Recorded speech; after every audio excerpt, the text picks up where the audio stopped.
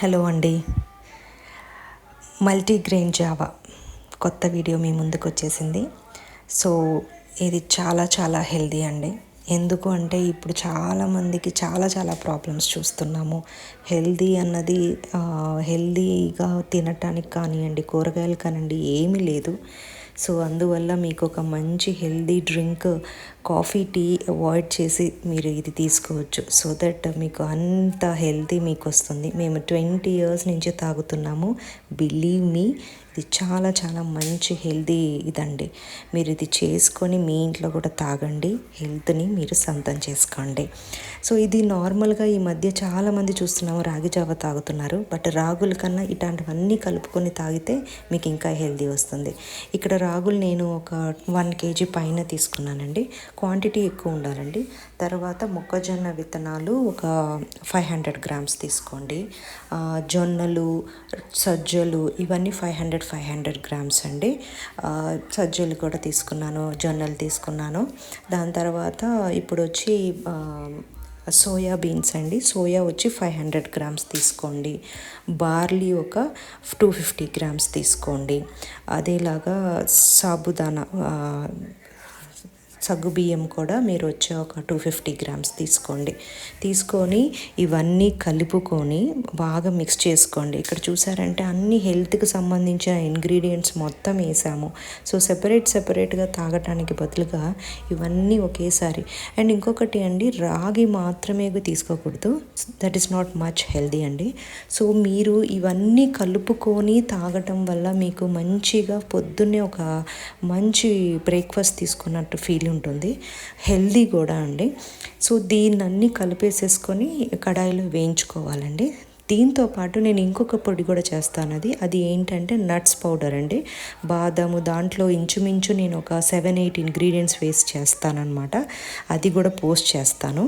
ఇది రాగి జావ కాసుకున్న తర్వాత నేను ఏదైతే నట్స్ పౌడర్ చెప్పానో దాన్ని కూడా ఒక స్పూన్ వేసుకొని మీరు ఒక రోజుకు ఒక గ్లాస్ తాగారంటే మీకు ఆల్మోస్ట్ అన్నీ మీకు హెల్త్కి ఇదవుతుందనేసి ఒక ఇదండి.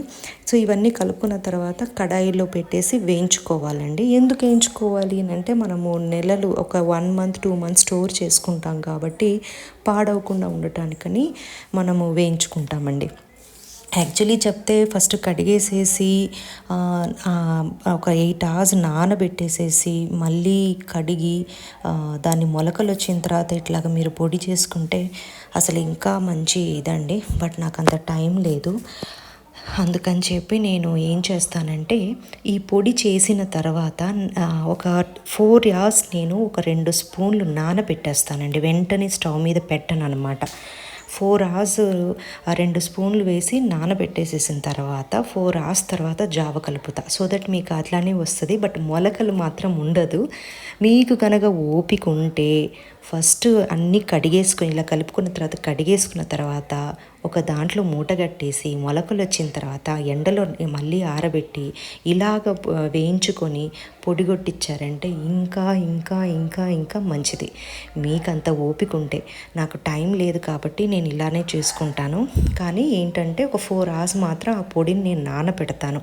ఎందుకంటే ఎప్పుడైనా అండి ఏదైనా రాగులు కానివ్వండి, బియ్యం కానివ్వండి, పప్పు కానివ్వండి, ఏ పప్పు దినుసులైనా మీరు ఒక అట్లీస్ట్ ఒక 5 hours 6 hours నానబెట్టాలండి. అప్పుడే మీకు గ్యాస్ ప్రాబ్లం ఏమీ రాదు. సో మీరు అట్లనే ఇలా పెట్టేసి స్టవ్ మీద పెట్టారంటే మీకు గ్యాస్ ప్రాబ్లం వస్తుంది. ఎప్పుడైనా చూడండి, ఒక 5 hours నానబెట్టిన తర్వాత చేసి మీరు తినండి.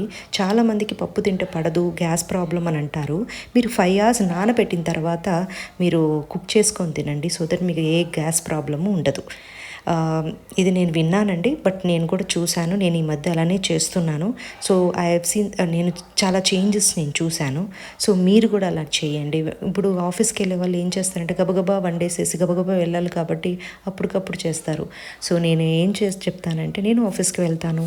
సో నైటే మీరు రేపు ఏం వంట చేస్తున్నారని మీకు తెలుసు కాబట్టి నైటే నానబెట్టేసుకోండి. పొద్దునకల్లా మీకు బాగుంటుంది. ఇదిగో చూడండి, ఇట్లా పొడి చేసి పెట్టుకున్నాను అనమాట. పొడి చేసుకున్న దాన్ని ఇలా వేసేసి ఒక 4 అవర్స్ నానబెట్టేసిన తర్వాత రాగి అదే నార్మల్గా వాటర్ పోసేసి జావలాగా చేసేసి నేను మిల్క్ వేసుకుంటాను. మిల్క్ బెల్లము వేసేసుకొని తాగేస్తానండి. దీంతో నేను నట్స్ పౌడర్ చెప్పాను కదా, అది కూడా ఒక 2 స్పూన్ వేస్తానండి. సో మీరు కూడా చేసుకొని హెల్తీగా ఉండటానికి ట్రై చేయండి. So all the best. Thanks for watching my video. Please support me. Thank you.